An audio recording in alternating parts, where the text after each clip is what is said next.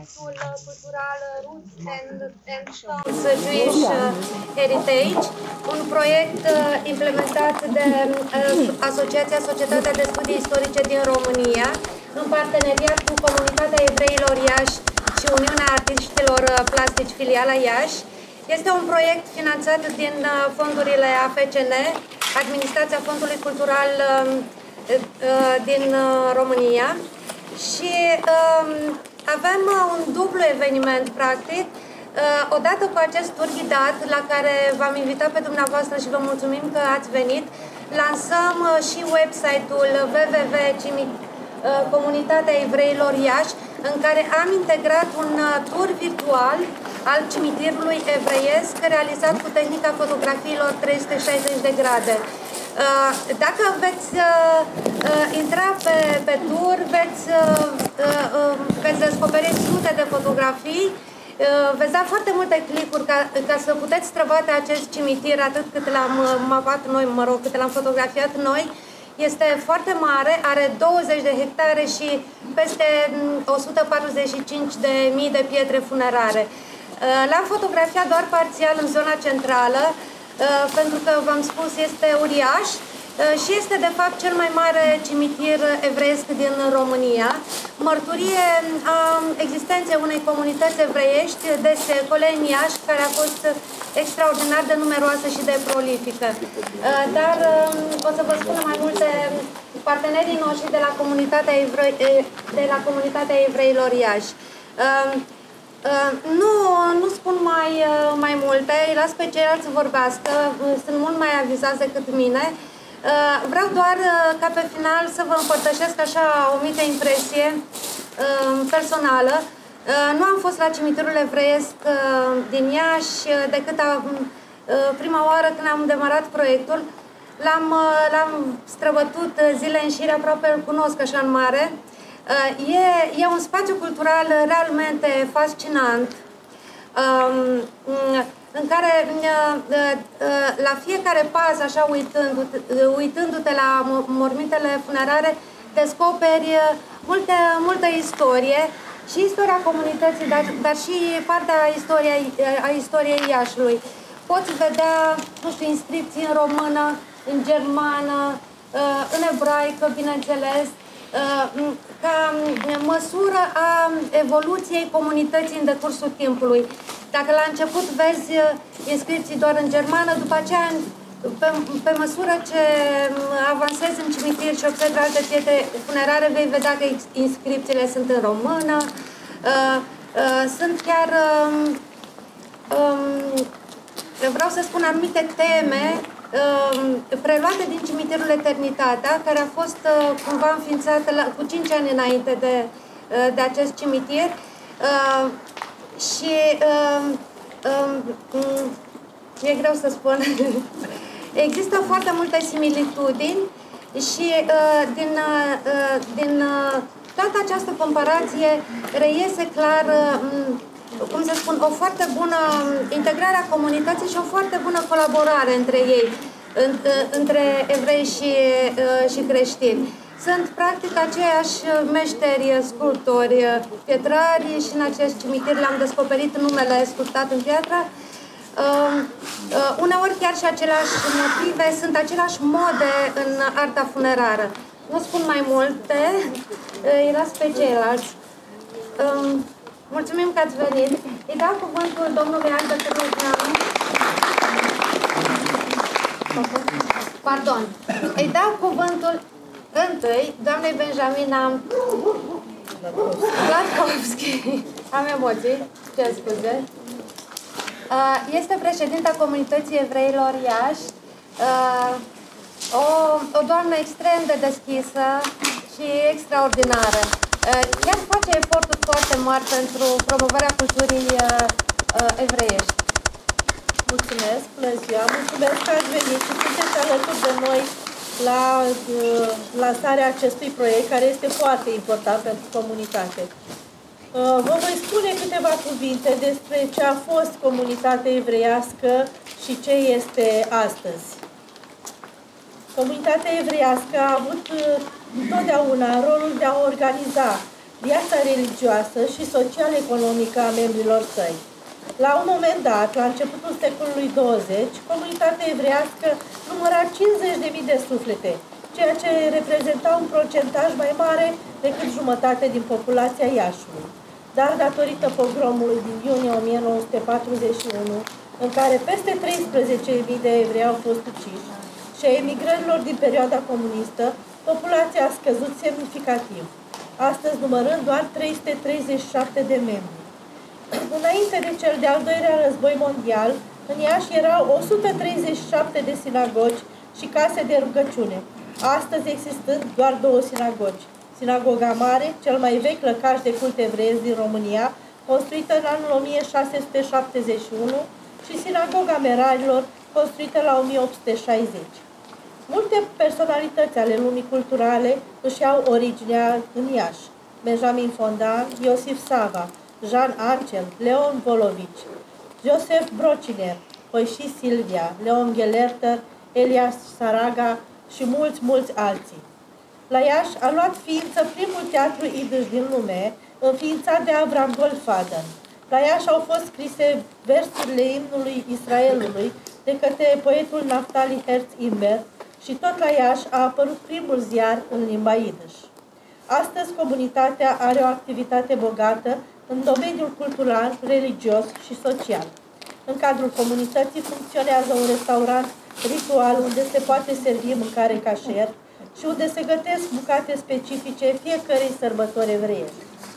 Spectacolele muzicale-artistice sunt susținute de formația de muzică Klezmer Nigun și de corul copiilor, care participă la diverse festivaluri. Avem o revistă numită Prietenia, realizată de doamna consilier cultural inginer, doamna Marta Ieșeanu. În fiecare vară, aproape în fiecare vară, Centrul Comunitar Evreiesc organizează o tabără de familii cu copii, în care bunici, părinți și copii petrec împreună într-o atmosferă autentică evreiască câteva zile de neuitat. Astăzi avem un departament de asistență socială și medicală în cadrul comunității, care este foarte important pentru a avea grijă de generația de aur, oferindu-le ajutor gospodăresc, asistență medicală și socială. Las mai departe cuvântul celor care se pricep, istoricilor, și invit în continuare să vă vorbească despre cimitirul evreiesc, despre personalitățile care se află însumate aici.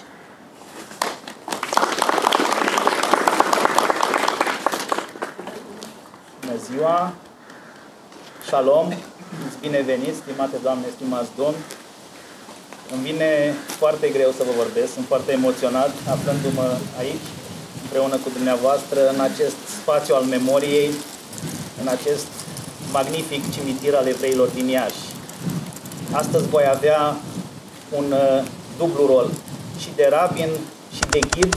Mi s-a spus din regie că trebuie să vorbesc despre ritualul înmormântării, ceea ce nu face o deosebită plăcere, dar bineînțeles este un moment care face parte din viața tuturor, este inevitabil. Și voi vorbi și câteva cuvinte la monumentul celor căzuți în timpul Holocaustului. Noi ne aflăm într-o perioadă de bilanț sufletesc, ne aflăm în luna Elul, înainte de marile sărbători ale iudaismului Rosh Hashanah, anul nou evreiesc, când ne cerem iertare. Ne cerem iertare celor ce le-am greșit. Și unde putem să ne cerem iertare, mai bine decât în acest spațiu al memoriei și în fața celor care își dorm somnul de veci aici. Este un timp al reculegerii, este un timp al rugăciunii, al introspecției și, bineînțeles, vă urez în numele meu, cât și al conducerii al doamnei președinte Benjamina Vlatkovski, să fiți bineveniți în acest spațiu sacru. Este un proiect deosebit pe care astăzi îl lansăm cu sprijinul doamnei Alina Țiței, căruia îi mulțumim. Îl lansăm cu mândrie și cu onoare și reprezintă un demers necesar pentru tinerile generații, care sunt obligate să învețe istoria adevărată, neschimbată a evreilor din Iași. Trebuie să știe că aici a avut loc un pogrom sângeros, în care și-au pierdut viața peste 13.000 de suflete pentru simplul motiv că s-au născut evrei. Trebuie să știe că am avut o comunitate foarte importantă din punct de vedere sociocultural, că am dat personalități de marcă lumii ieșene, lumii culturale ieșene. Cimitirul evreiesc în ebraică este denumit foarte sugestiv Beit HaHaim, care se poate traduce prin Casa Vieții Eterne. Dintotdeauna la evrei, cimitirul, alături de mikve, de baia rituală, alături de sinagogă, de Beit HaKnesset, a avut un impact puternic și a jucat un rol deosebit asupra comunității.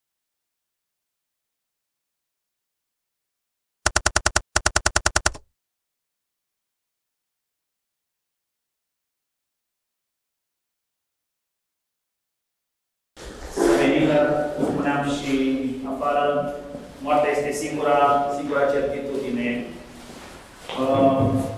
Să știți că ritualul de înmormântare la evrei este unul destul de auster în comparație cu înmormântarea la creștini.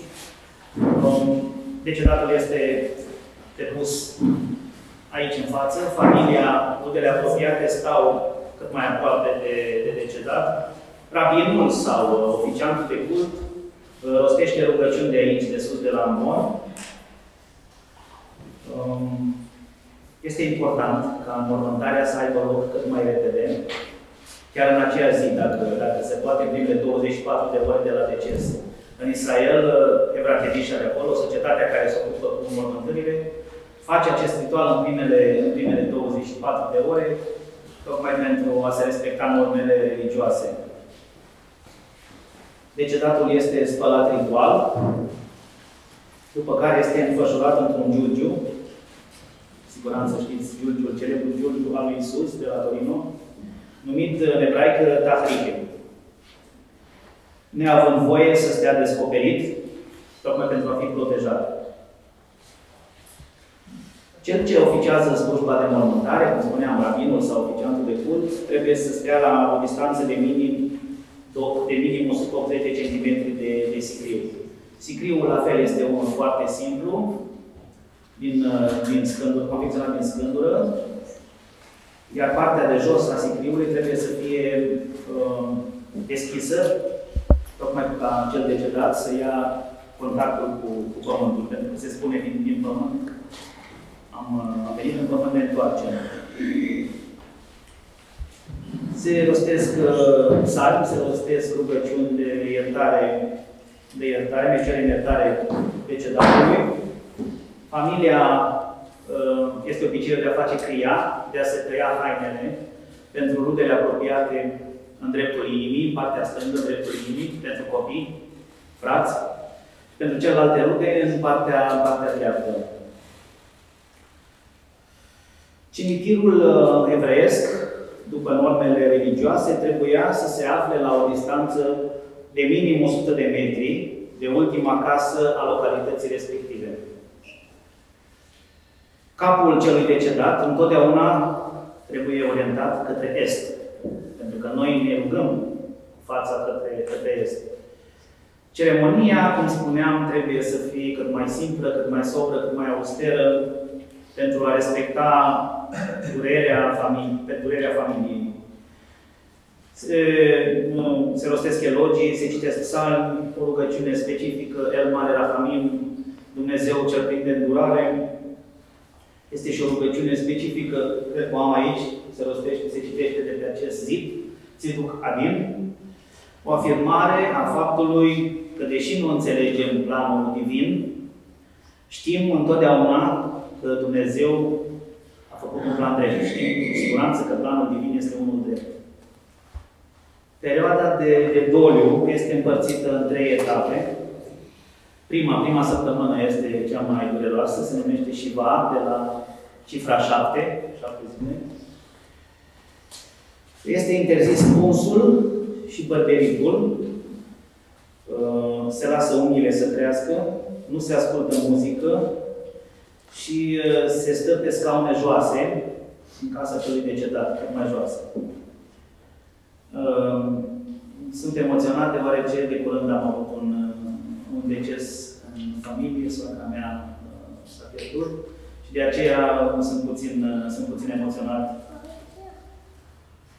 În cele 7 zile de Shiva, de doliu intens, se ține aprins o lumină, ner tamid, lumină eternă se poate traduce, care ne aduce aminte de cel plecat dincolo.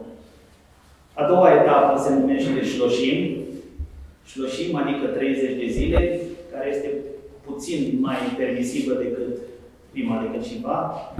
Dar, la fel, familia, cei apropiați, nu au voie să se bărbelească, să se tundă, să poartă doliu, nu au voie să facă activități plăcute. Timp de 11 luni, la sinagogă, Vormul, Minianul, cei 10 bărbați evrei confirmați la Tora, rostesc la serviciu religios o rugăciune de Kadish, iar după 12 luni, după un an de zile de la deces, se inaugurează piatra tombală a celui decedat. Nu știu câți dintre dumneavoastră au asistat la o mormântare evreiască, dar, cum spuneam, aceasta este una austeră. Dacă aveți întrebări, o stau la dispoziție. Dacă nu, vom continua cu doamna. Eu am o întrebare. Da. De ce atât de repede să facem mormântare? Să facem mormântarea atât de repede, tocmai pentru a evita diverse aspecte, cum ar fi intrarea în putrefacție. Fiind în Israel, fiind călduri foarte mari, întotdeauna exista riscul de a... Da, și se face cât mai repede. Evra Kedisha este o societate care se ocupă în Israel cu aceste aspecte, alături de cei de la Magen David Adom, de la Crucea Roșie Israeliană, care și ei sunt religioși, în mare parte, și, cum spuneam, trebuie să se ocupe cât mai repede de cele necesare în mormântării. O întrebare. Cum sunt înmormântați evrei atei? Ei sunt înmormântați ca oricare alt evreu, nu se fac deosebiri. Cei care se sinucid, știți că este o problemă, ca și la creștini, sunt undeva la marginea cimitirului, fără slujbă religioasă. Dar ateii sunt înmormântați ca oricare alt evreu, cu rugăciune, cu ritualul specific. De ce când vii la mormântul unuia dintre ai tăi, se pune o pietricică? Se pune o piatră și nu flori, deși noi am preluat de la populația majoritară de a pune flori, tocmai pentru că piatra este solidă și trebuie să trăime precum memoria celui trecut din urmă, ca să trăime cât mai mult. Ca memoria să trăime cât mai mult. Este un simbol, să zic așa.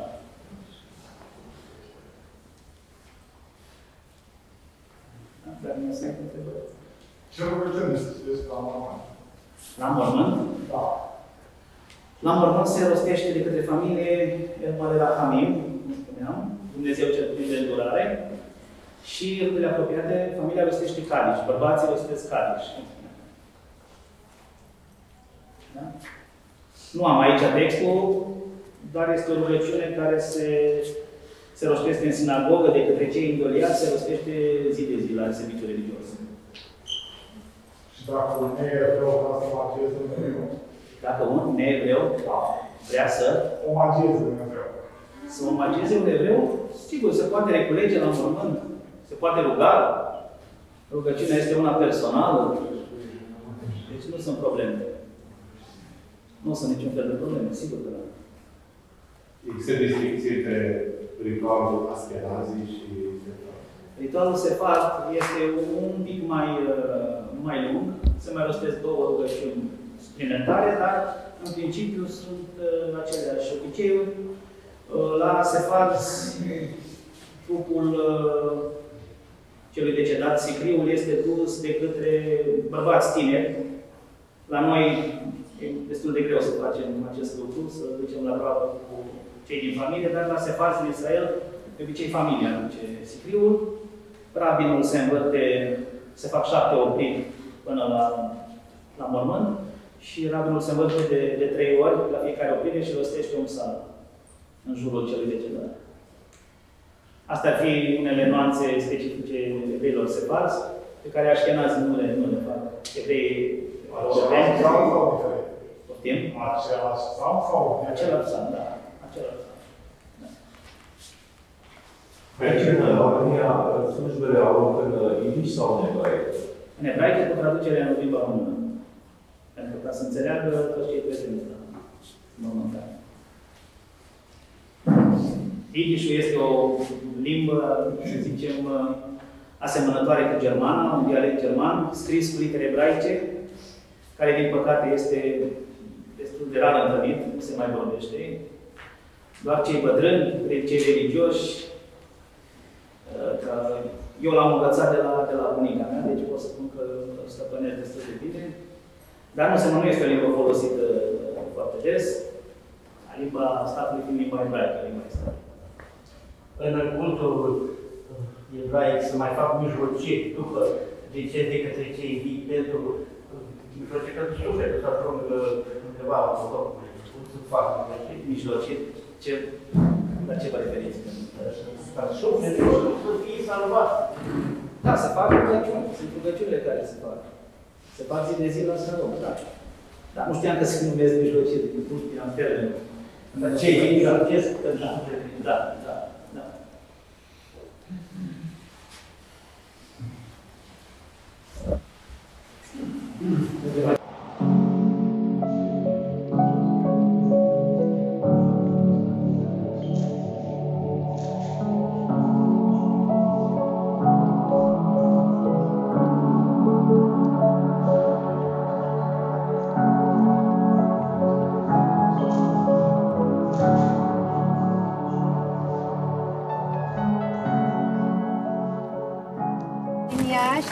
care vă va povesti puțin despre eroii căzuți în primul război mondial, eroi evrei.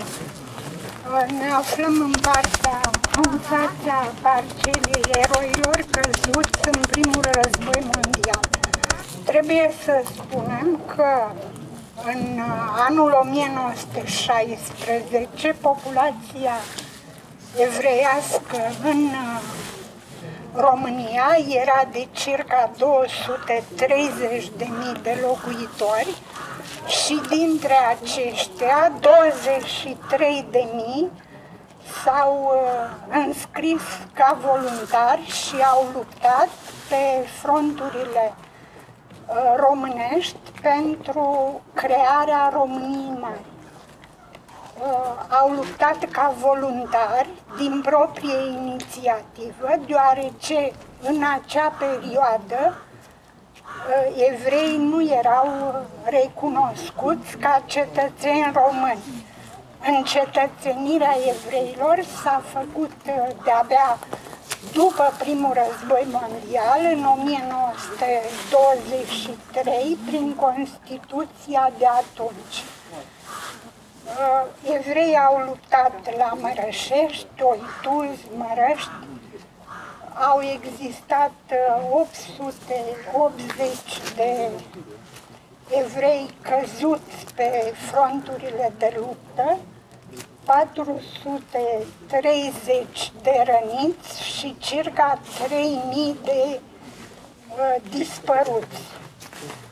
Contribuția evreilor pe fronturile de la Mărăști, Mărășești și Oituz este marcată și în mausoleul de la Mărășești prin plăcuțele existente în memoria eroilor evrei, iar 825 dintre luptătorii evrei în primul război mondial au fost decorați cu diferite ordine și medalii ale statului român.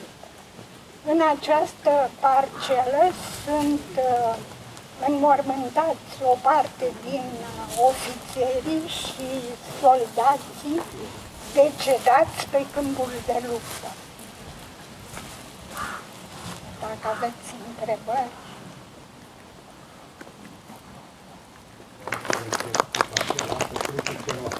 lăsate, au fost morminte nenăgate goale, pentru că sunt înmormântați în altă parte? Mormintele sunt pentru cei înmormântați aici. De ce sunt uniforme? S-au făcut uniforme pentru toți, pentru a se arăta că toți au fost egali. S-a făcut în același timp, în anii 20. Da.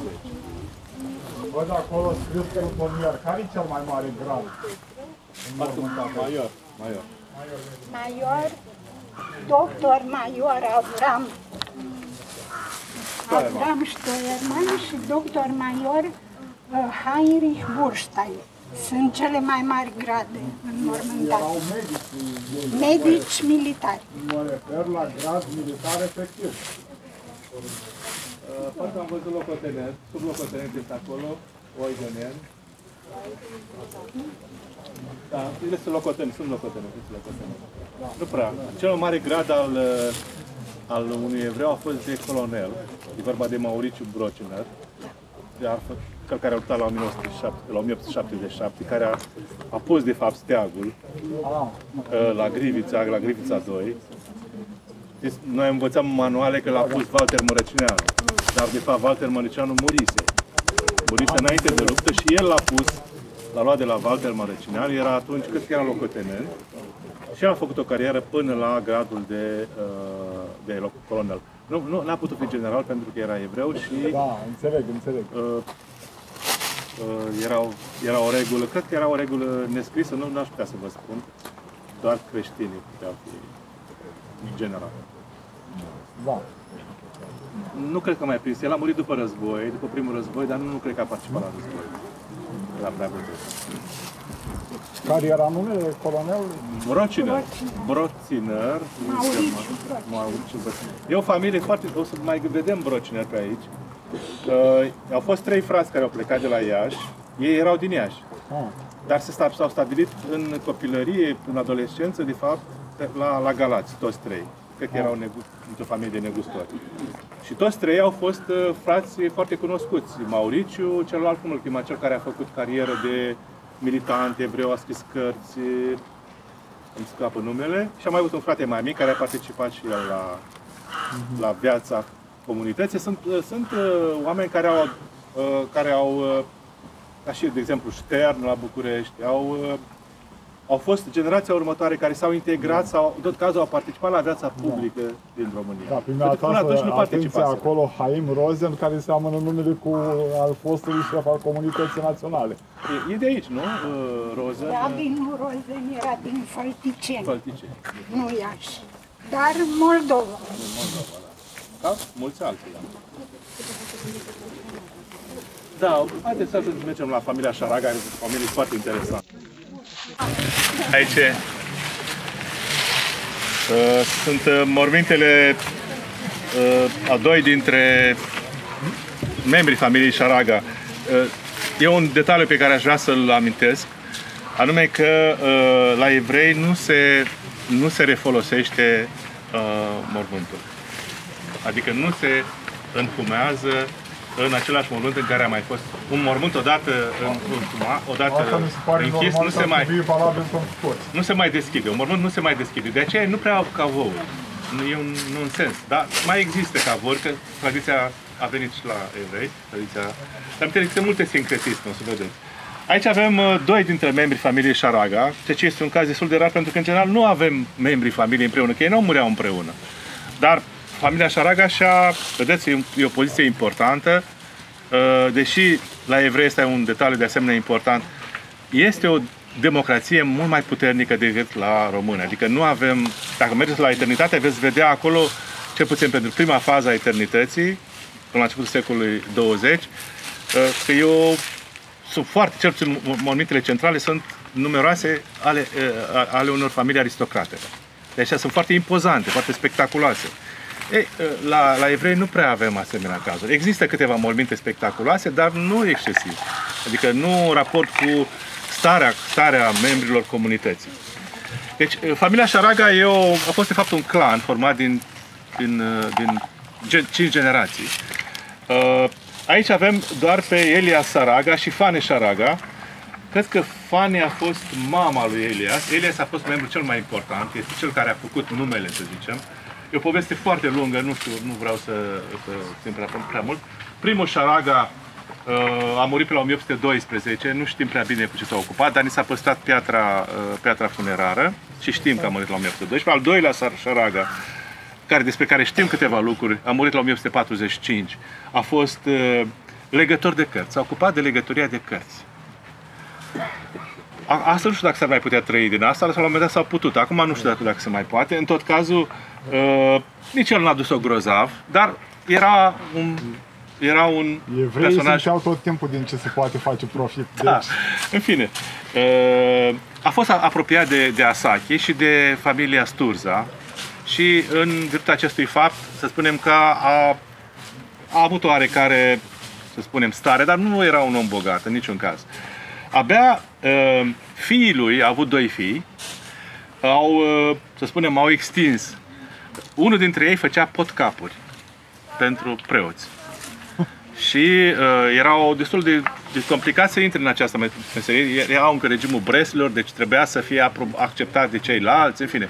Era un proces, era o situație nu foarte simplă.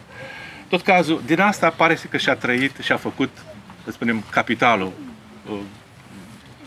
Abia însă generația următoare, să spunem a 4-a, în care îl avem pe Elias Șaraga, care este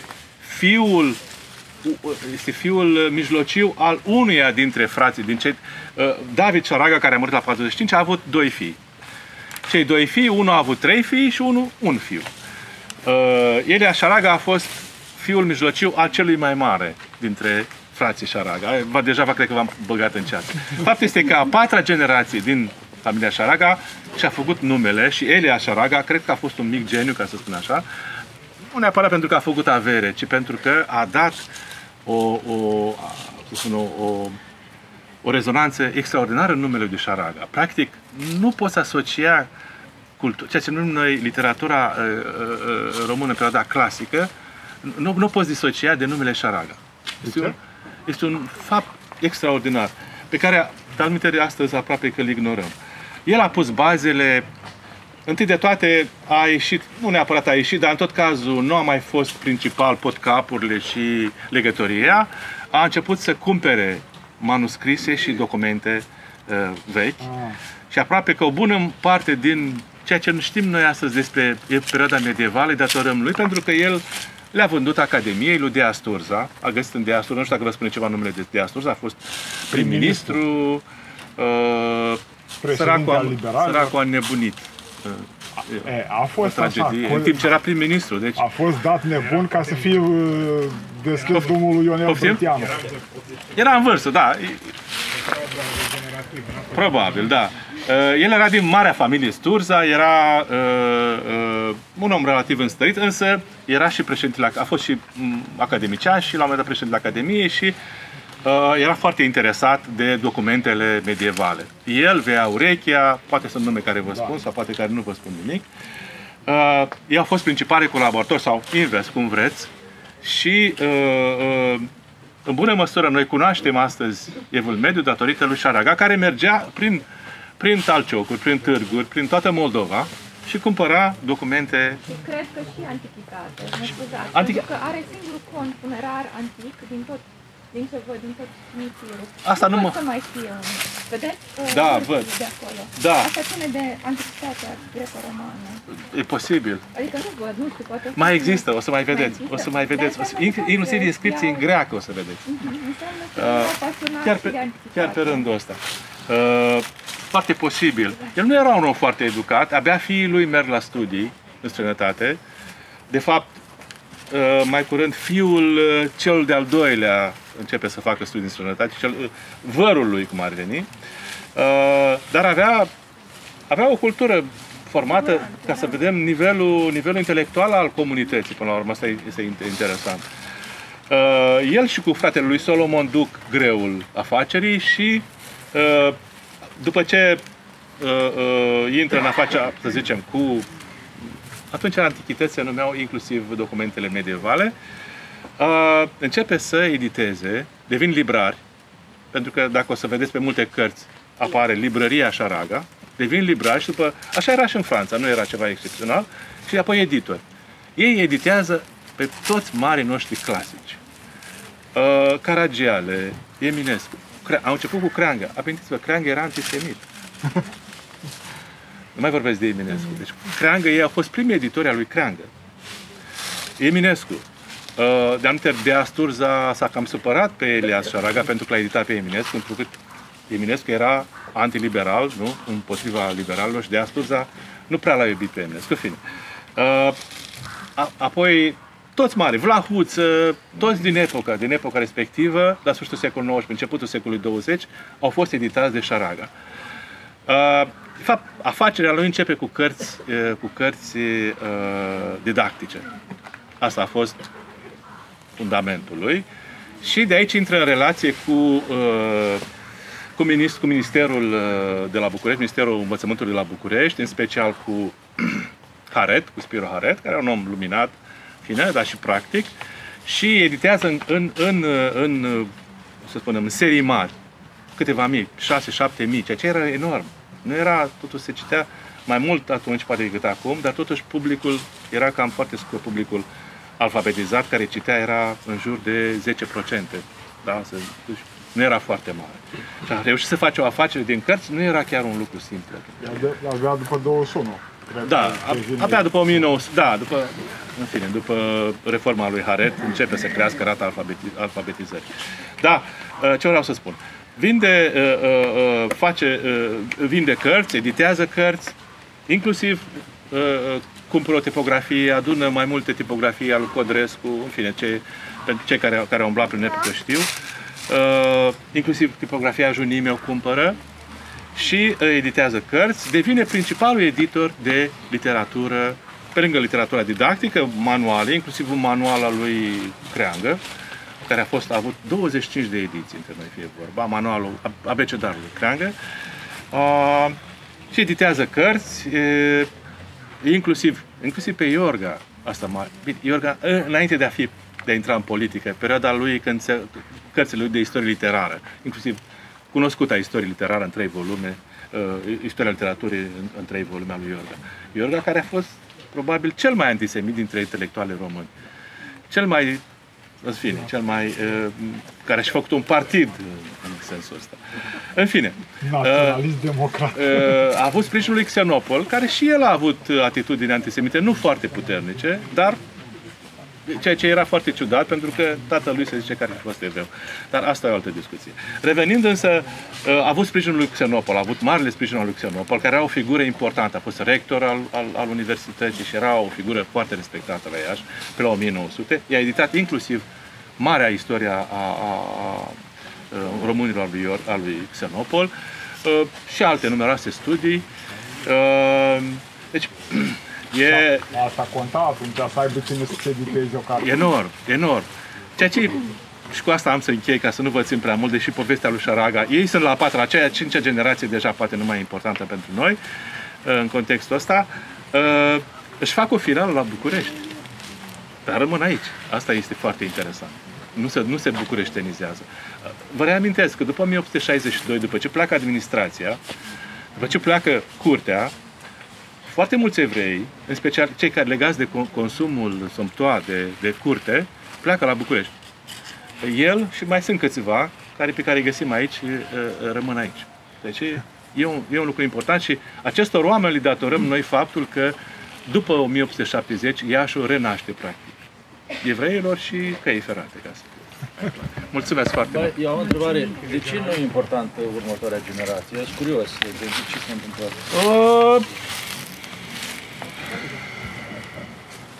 Nu e important pentru că n-am mai avut flair de afaceri. Știți ce s-a întâmplat cu ei?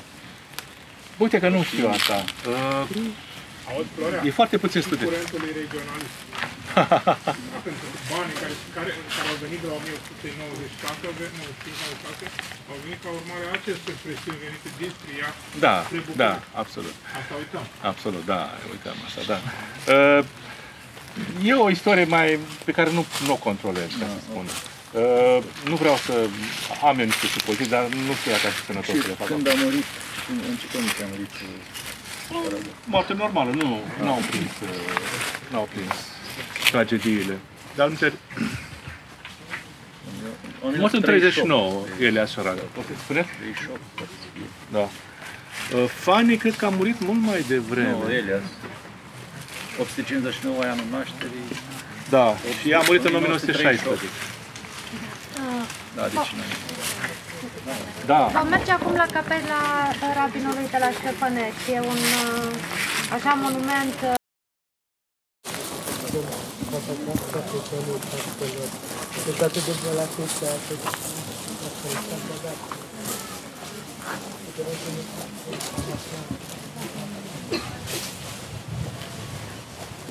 Suntem în fața unei căsuțe mortoare foarte importante pentru lumea religioasă evreiască.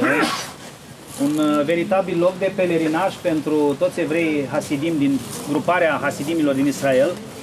Și anume, aici era îngropat, de ce spun era îngropat, mormântul este gol, pentru că tot hasidimii în anul 1970 au scos rămășițele pământești ale lui Menachem Nahum, care este tatăl celebrului rabin din Ștefănești, Avraham Matitiahu Friedman.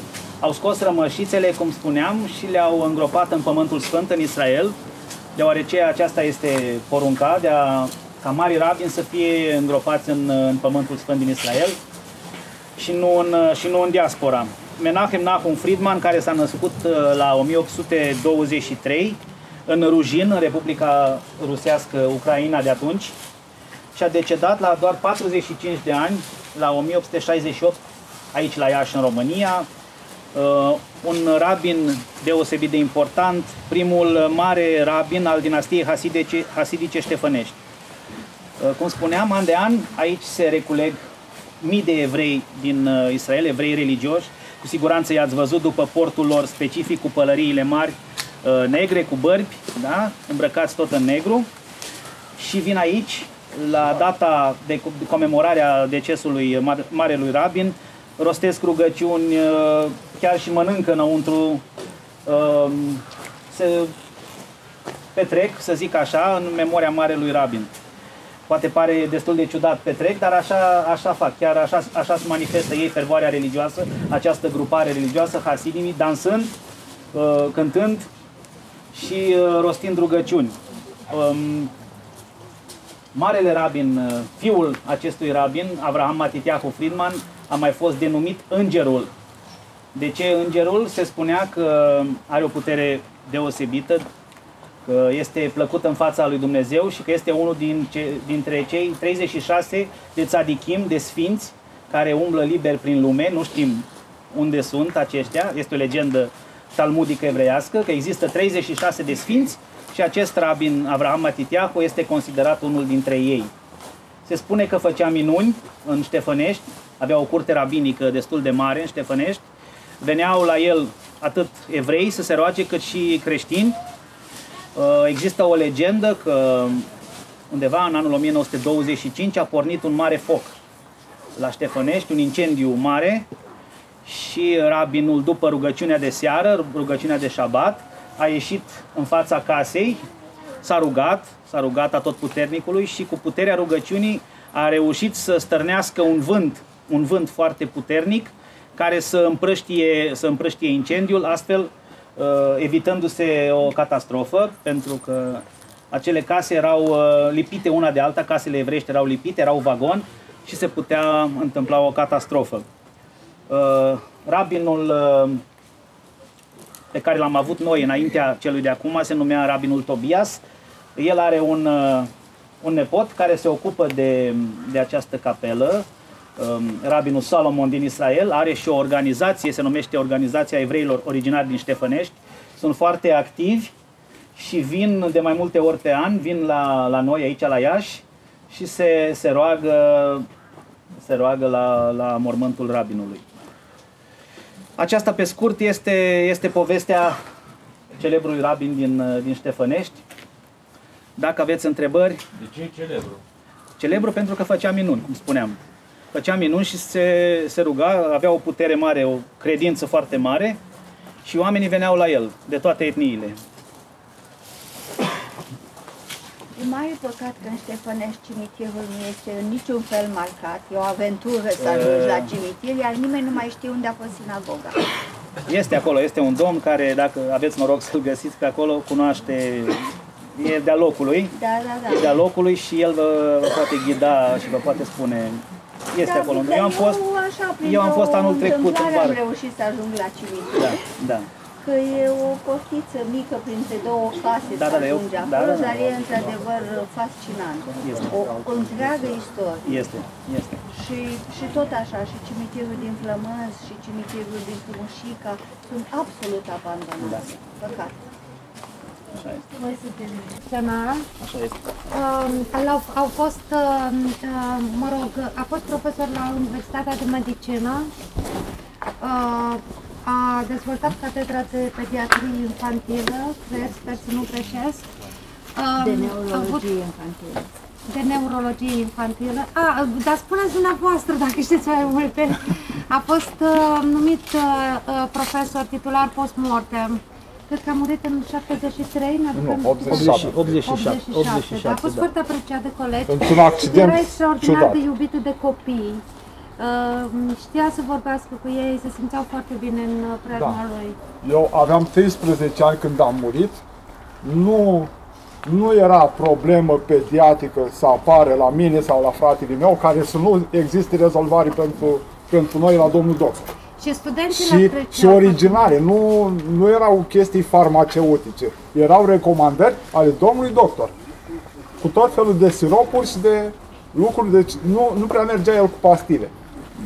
Era foarte interesant tratamentul lui și de fiecare dată eficient.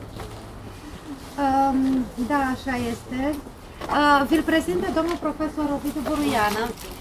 Aici sunt înhumați în această parcelă mai mulți profesori evrei care au fost ori la Universitatea de Medicină, unii la Universitatea din Iași, la școli și licee.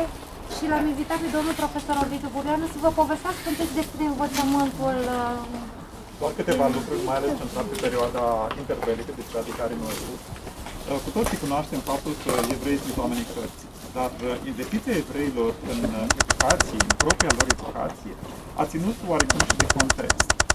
În mare măsură, toate statele, este un model central european, toate statele din această zonă s-au construit pe un pattern administrativ în care, etnocentric, în care evreii au fost marginalizați.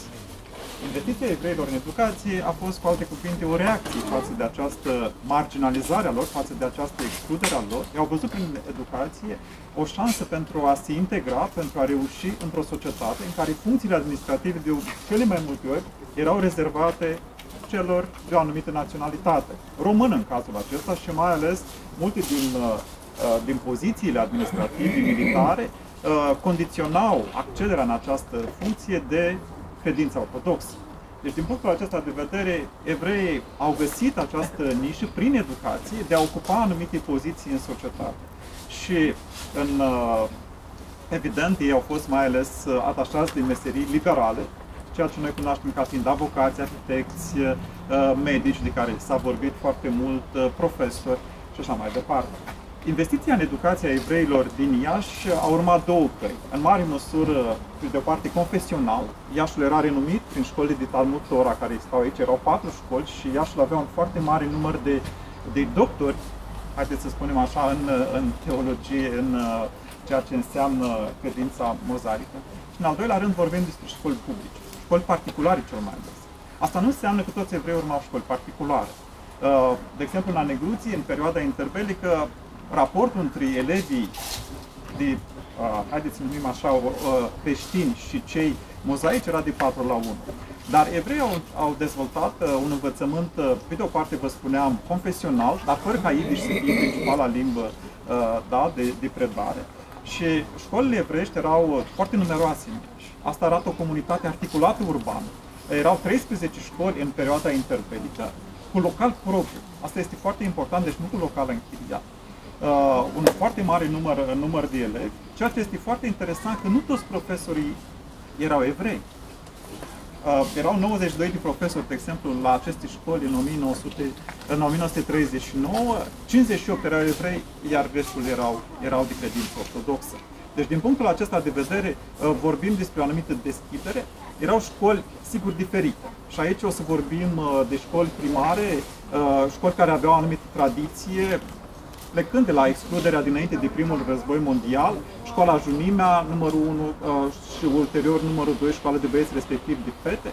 Ulterior, liceul care se afla pe Sărării, la capătul Sărării, liceul, haideți să spunem, datorat în mare liceu, iar trebuie să fac doar o scurtă paranteză, în momentul când discutăm despre liceu, vorbim despre două cicluri în învățământul de până la 1940, ciclul primar de liceu, care înseamnă gimnaziu, și ciclul secundar, care se suprapune peste liceu, era mai curând un gimnaziu de Sărării, care era datorat mai curând unui personaj pe care l-ați văzut acolo, care a funcționat ca director în 1910-1911, Störman Rodion, Avram Störman Rodion, medicul de care s-a mai pomenit aici, dar care era susținut financiar de Moritz Wachtel, binecunoscutul filantrop.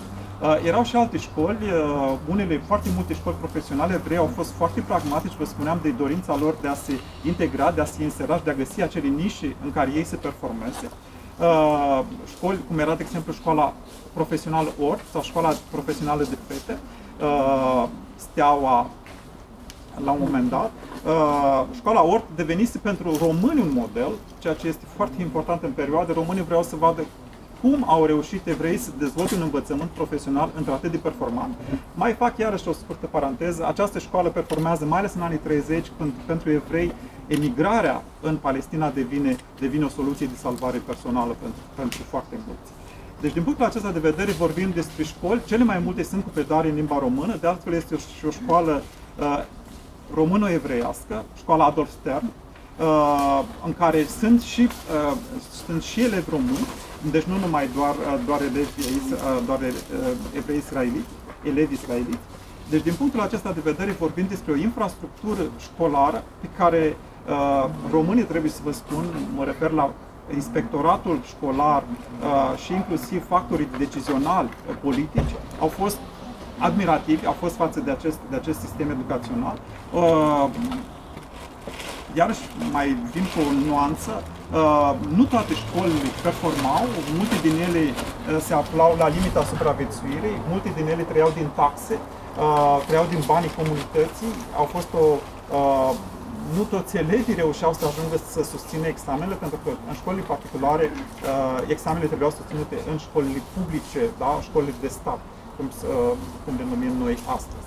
Dar în general vorbim despre o medie evreiască care reușește și de multe ori acești elevi ajungeau să facă studii universitare, mai ales la Universitatea din Iași, dar și în universități în anii 30, mai ales în universități din afară. Este o investiție care a făcut comunitatea evreiască extrem de coezivă, extrem de performantă și, sigur, acest lucru a tras după sine, uitându-se păcatul originar, a tras după sine revolta românilor, văzând în acest lucru o concurență neloială. Faptul că evreii erau atât de bine pregătiți, punându-i în dificultate de multe ori pe studenții, elevii români. Eu mă opresc aici cu această explicație. Este o explicație mai curând legată de un fenomen și nu legată de personaje. Aici vin cu o precizare. Cunoaștem foarte puține despre personaje, despre profesori evrei. Cercetările, s-a spus foarte bine la început de către domnul Ioncioaia, cercetările se află paradoxal într-o fază incipientă, în pofida faptului că această comunitate și-a pus amprenta atât de pregnant pe ceea ce înseamnă Iașul, orașul și comunitatea în sine pe care o avem noi astăzi. Vă mulțumesc! Evreiască, să mi-l aduc aminte cu maestrul meu, Dumnezeu să-l odihnească în pace, domnul doctor Leon Stern, deosebit pediatru. Nu știu, din păcate... L-am cunoscut personal, mi-a fost și mie profesor, trebuie să vă spun. Deși sunt istoric, am și studii de medicină și la un anumit nivel. L-am avut profesor și, într-adevăr, era o somitate, a fost un medic deosebit. Deosebit. Aici, ca un parametru. vă va povesti puțin despre momentul pogromului și... Eu zic să stăm aici la umbră. De fapt, eu sugestie, nu știu cine mi-a făcut-o, dar zic, e bună. Am ajuns în secțiunea din cimitir, care e legată de, cu siguranță, momentul cel mai tragic, dacă pot să spun așa, traumatic din istoria comunității evreiești din Iași și din istoria comunității ieșeni în ansamblu. În 1941 s-a întâmplat ceea ce nu are precedent în Iași și nu are precedent în spațiul Moldovei și al României, să spunem așa, și anume un pogrom care a dus la uciderea a mii de oameni. Dar vreau să, înainte de a intra pe făgașul lunii iunie, început de iulie 1941, să spun ceva despre Holocaust în ansamblu și despre Holocaustul din România în particular. În anii 1920-1930, mișcările extremiste iau avânt în Europa, inclusiv în România. În general, când vorbim despre extremism, ne ducem cu gândul la mișcare regională.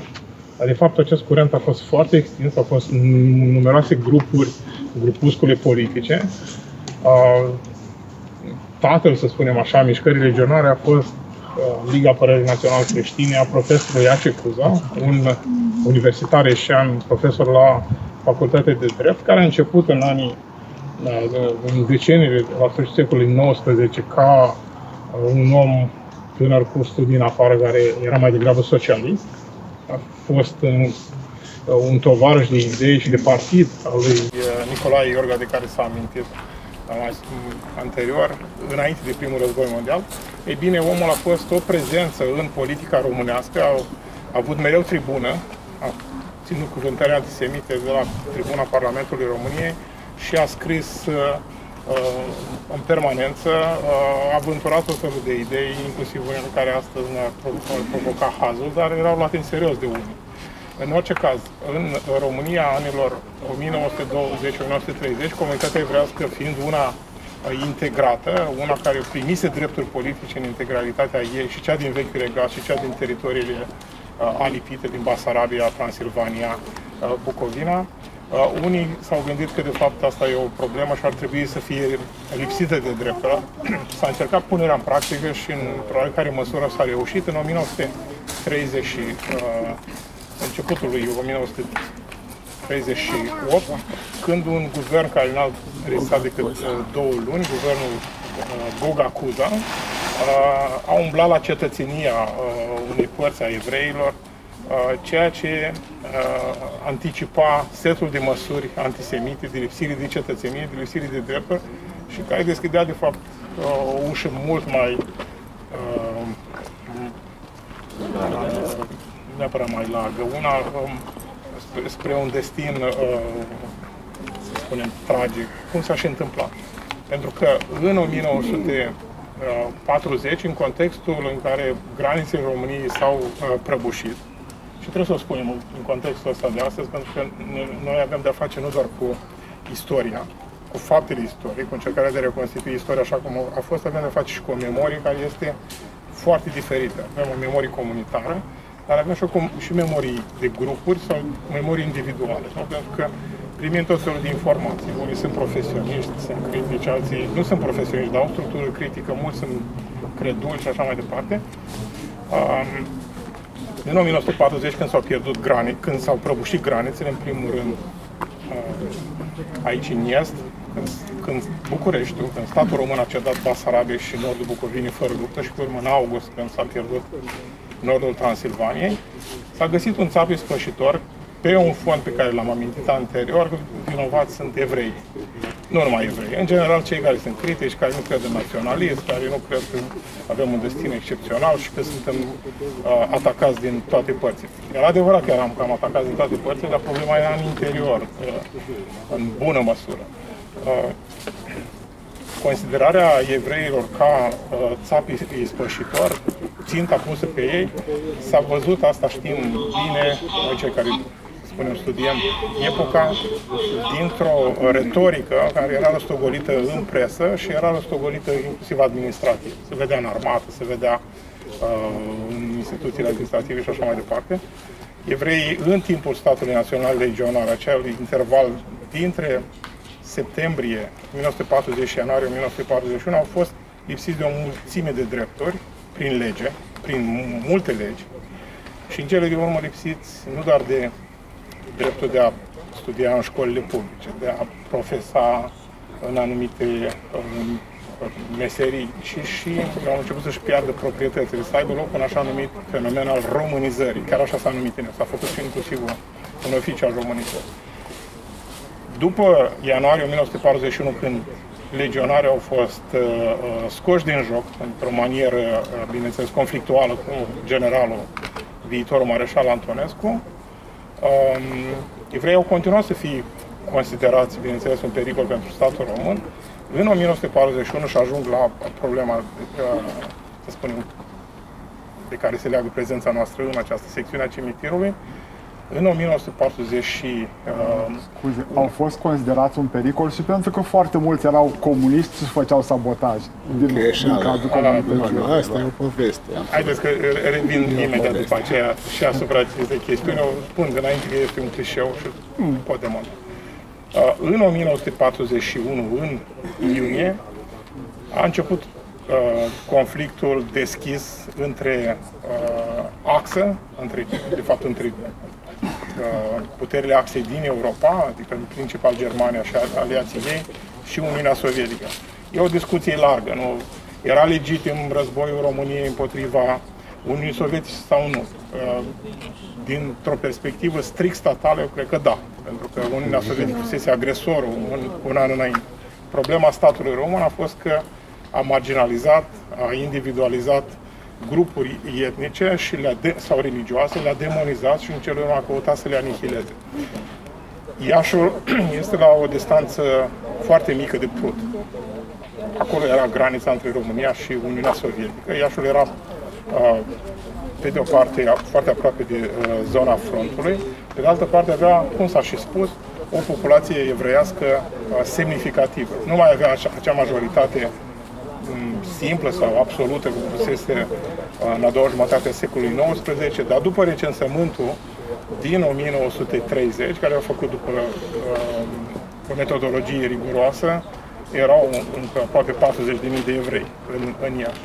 S-au dat mai multe ordine în această stare de suspiciune, de tensiune, de evacuare a evreilor. Au circulat tot felul de zvonuri.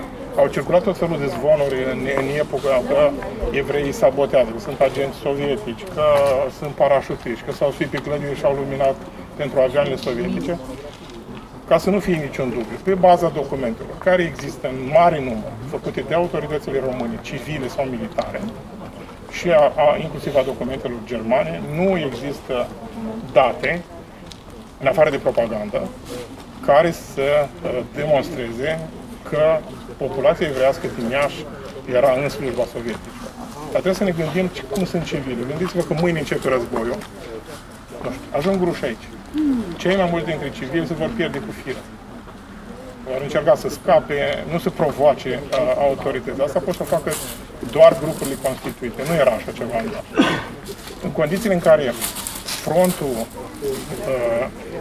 începea să avanseze în cele de urmă aici, pentru că se concentrau trupe, prin oraș au trecut coloane militare române și germane. În zilele de 29-30,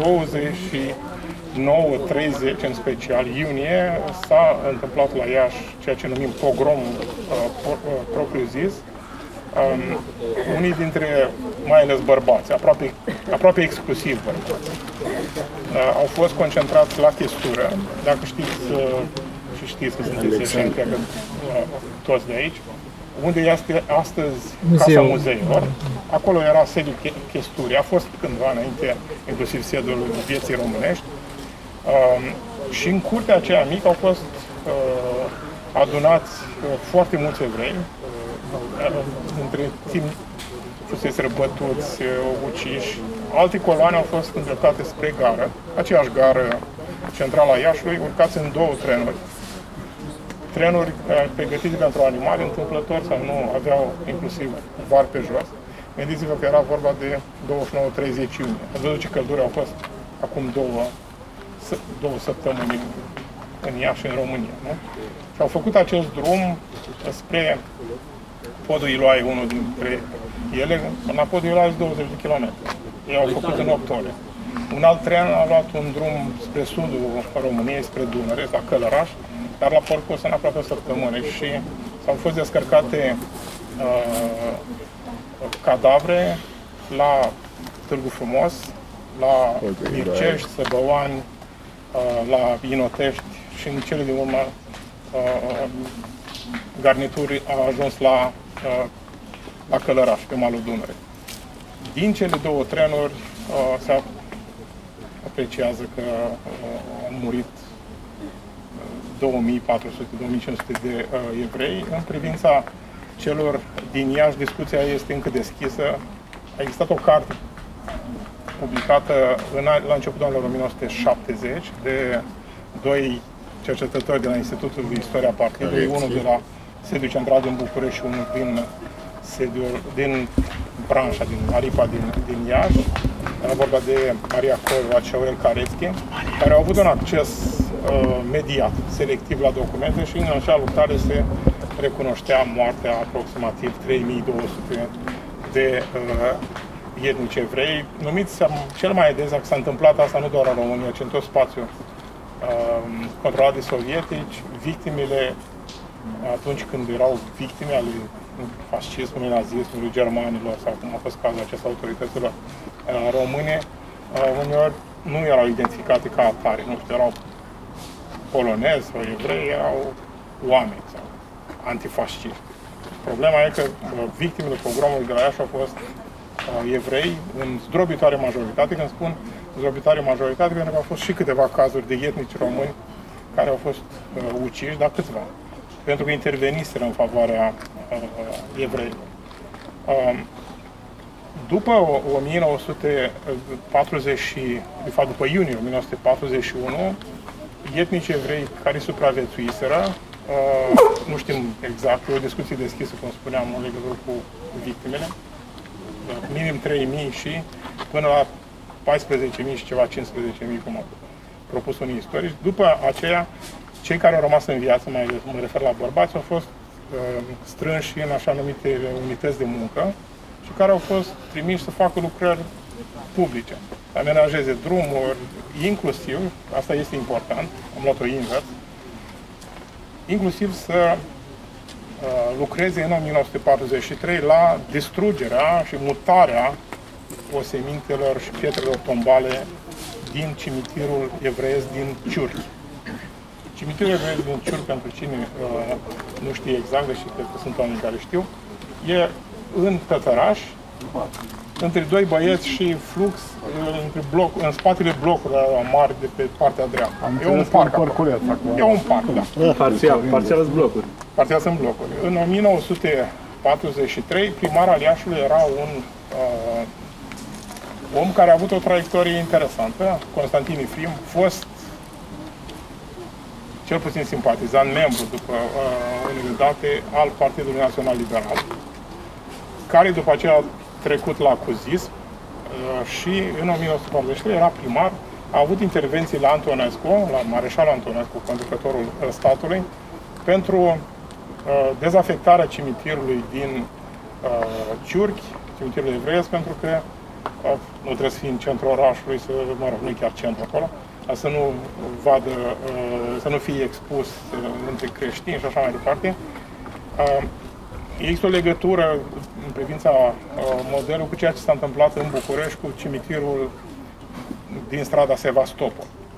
Acolo era un cimitir evreiesc de rit sefard, pentru că spre deosebire de evrei din Moldova, inclusiv din Iași, care aveau proveniență sefardie, exclusivă din câte știm, în București cei mai vechi au fost de fapt sefarzi care veneau din Imperiul Otoman și veniseră la rândul lor din Spania. În 1943, revenind în august, s-a primit aprobarea pentru dezafectare, ca să folosesc acest termen, și în septembrie a început efectiv. Întâi a fost distrus zidul împrejmuitor cu ajutorul pre-militarilor români. Când spun zid împrejmuitor, trebuie să ne gândim că era un zid cum ai acum la mănăstirile din Orbeș, cum ai, de exemplu, la Golia. Adică un zid foarte puternic. A fost intervenție din partea comunității evreiești pentru oprirea acestei măsuri, care era, trebuie să o spunem, profanare de-a drept, nu ne ascundem după alți termeni. Nu s-a reușit, i s-a pus o condiție că trebuiau să plătească o sumă foarte mare de bani. Comunitatea oricum era săracă, pentru că mereu li se solicita evreilor, și nu numai în Iași, în toată România, să contribuie la efortul de război. Nu merg pe front, nu dau jertfe de sânge, dar să dea bani, în afară de românizare, de cum am amintit.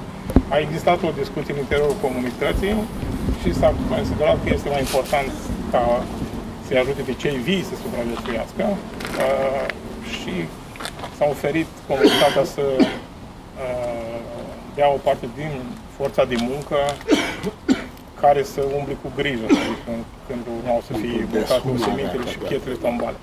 De fapt, toată povestea asta a fost una într-un ritm foarte alert și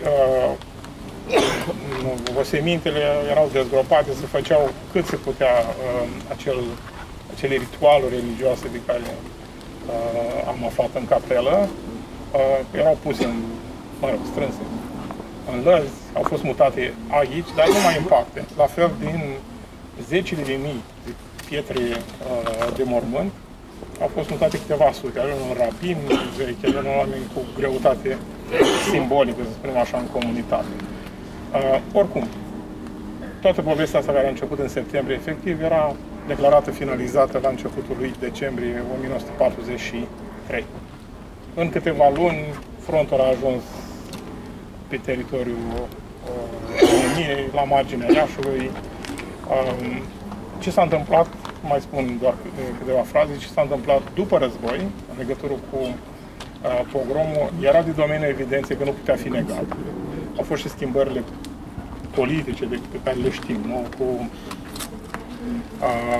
un proces, pe de o parte, de încercare de a căuta dreptate pentru victime, pe de altă parte, de transformare politică și efectiv de comunizare. În anii postbelici au fost mai multe procese ale criminalilor de război, inclusiv legat de pogromul de la Iași, care s-a judecat în tribunal militar. S-au identificat făptașii, în mare măsură, pentru că era vorba de tone de documente. Astăzi, dacă ne apucăm să scriem sau să rescriem istoria pogromului, s-a făcut deja, deși cercetările nu se vor sfârși niciodată, recurgem la documentele din timpul războiului, din 1941, de după și inclusiv, sau mai ales, la documentele procesului. Ceea ce vedem aici este o formă de memorializare gândită ca atare. Să spunem că pogromul a început la Chestură cu o păcăleală. Au fost chemați evrei și le s-au dat niște bilețele de liber, cu care s-au întors în comunitate și practic i-au liniștit pe ceilalți că nu s-ar întâmpla nimic la Chestură, să se ducă să-și ia și ei bilețelele. Asta mi-a povestit domnul Kaiserman, participam la acel moment. Asta a fost în momentul în care i-au scos din case. Da, și i-au dus, cei care s-au dus înapoi la Chestură au fost întâmpinați cu foc. Este până astăzi o discuție legată de când, unde, cum s-a deschis focul, dacă au participat sau nu germanii la pogrom. Pentru că multă vreme, mai ales în timpul național comunismului lui Ceaușescu, în România s-a spus că a existat Holocaust în Europa. A existat Holocaust inclusiv pe teritoriul României, dar numai în partea ocupată de Ungaria și anume nordul Transilvania. În România nu ar fi existat, adică în partea administrată de statul român. Noi știm prea bine... Nu era pomenit în manualul de istorie. Că era o minciună, exact. Dar revenind, au participat sau nu germanii la pogromul de la Iași?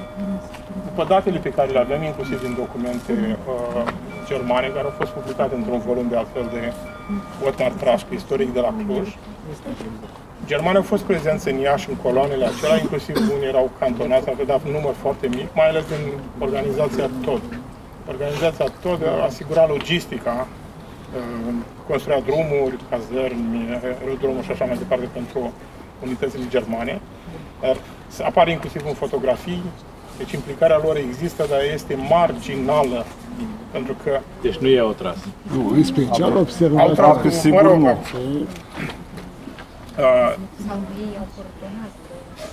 Deci povestea din timpul pogromului de la din timpul pogromului de Iași este o afacere românească, practic.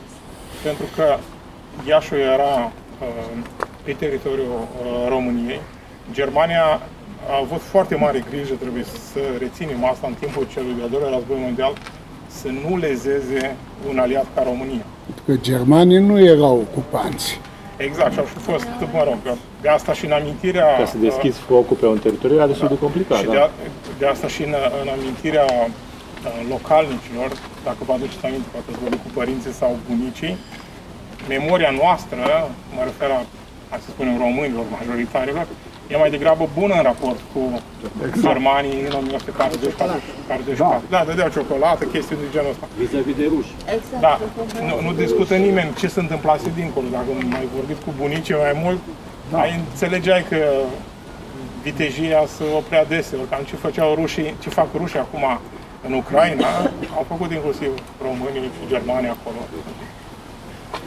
Cam asta am vrut să zic. Da. Mulțumesc. Încă au nume germane, ei sunt la a doua, a treia generație, sunt românizați complet și au încă nume germane în țări. Deși probabil că vin din Polonia, bănesc, după, sau poate din Rusia. Bine, acum nu putea să schimbe numele după Hitler. Nu, la asta mă refer. Nu, că el e născut, el e format în anii 20-30, nu avea nicio legătură, nu. Dar erau la a treia generație românizație și făceau încă nume. Bine, asta e altă discuție. Asta vorbeam, spuneau Dorin, este un mangop al Caraibelor. Până la 2305. Aici este mormântul baronului Iacob de Noișoț. Dacă veți intra pe turul nostru virtual pe www.comunitatea evreilor Iași, îl veți vedea, cum să zic, ascuns după copaci. L-a curățat acum câteva zile cu echipa Irina Schröter. Și ca să-l puteți dumneavoastră vedea. E interesant de punct de vedere artistic. Soția lui, prima lui soție, el a fost căsătorit de 2 ori, prima soție care a avut peste 4 copii, este înfumată, ea a fost înfumată în cimitirul vechi, dar poftim? Este reînfumată în parcela, mi-a spus doamna Nișanu, n-am văzut, în parcela din stânga, la intrarea din stânga. Da, a fost identificată încât să fie acolo? Așa zice doamnă, eu n-am văzut. Posibil să fie, poate eu m-am uitat cu atenție pe acolo. În tot cazul, așa cum vă spuneam, nu este un mormânt de familie, să spunem așa. Pentru că la evrei era foarte greu să faci morminte de familie.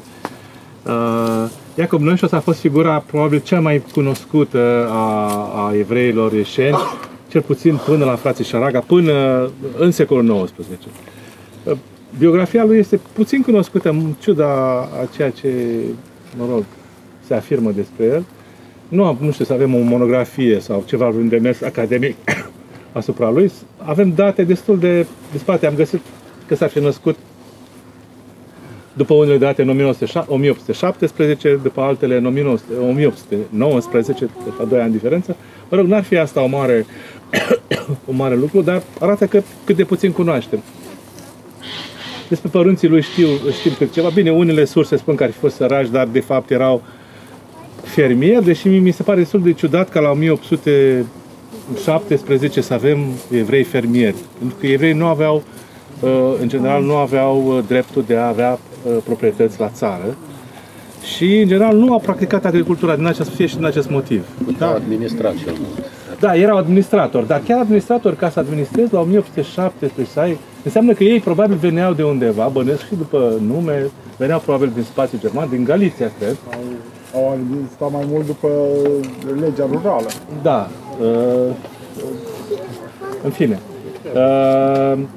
Nu știm exact dacă a făcut școală, probabil a făcut școală în mediul evreiesc, școala obișnuită la tineri evrei, la copii evrei, de la 2 ani, începe la 2 ani, nu? Dar nu știm să fi făcut studii în străinătate sau de felul ăsta. Dar are o carieră de self-made man, adică de om care se ridică prin el însuși. Întâi administrează un magazin în zona Cocu, unde aș vrea să spun și câteva lucruri despre topografia comunității evreiești, pe care noi în general o asimilăm cu spațiul din zona Târgu Cucului, unde se află sinagoga centrală, dar ei au răspândit și în alte zone. Sărării erau multe dughene evreiești și era practic un spațiu evreiesc. De asemenea, Nicolina, fostul târg Nicolina, care atunci nu făcea parte, a început să fie integrat în oraș abia în a doua jumătate a secolului XIX. De asemenea, erau mulți evrei în Tătăraș, unde se afla de altfel și la intrarea în Tătăraș, unde se afla cimitirul de Ciurchi, care atunci de asemenea nu făcea parte din oraș, deci era în afara orașului. În schimb, intră târziu în zona centrală, cu mici magazine, în zona Curții Domnești. E adevărat că străzile acelea pe care astăzi nu le mai avem, dar care le putem imagina cam prin zona Costache Negri, Anastasie Panu, Alea Ghica Vodă, care au străzi comerciale. Probabil că acolo se aflau negustori evrei, nu știu foarte bine, dar probabil, pentru că acolo era zonă negustorească. Dar vreau să spun că nu era o zonă a comunității, așa cum va fi Târgul Cucului, cu sinagoga, și unde era un spațiu oarecum securitar al comunității.